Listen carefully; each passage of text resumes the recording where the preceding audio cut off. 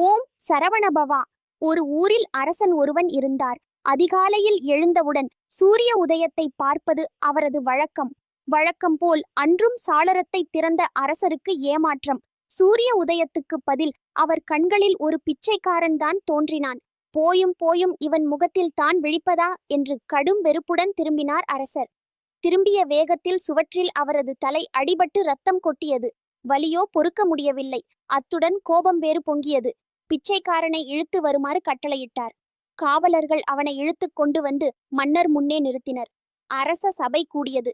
தனது காயத்திற்கு காரணமாக இருந்த அந்த பிச்சைக்காரனை தூக்கிலிடுமாறு தண்டனையும் கொடுத்தார். பிச்சைக்காரன் கலங்கவில்லை. கலகலவென சிரிக்கத் தொடங்கினான். சபையில் இருந்தவர்கள் திகைப்புடன் விழித்தனர்.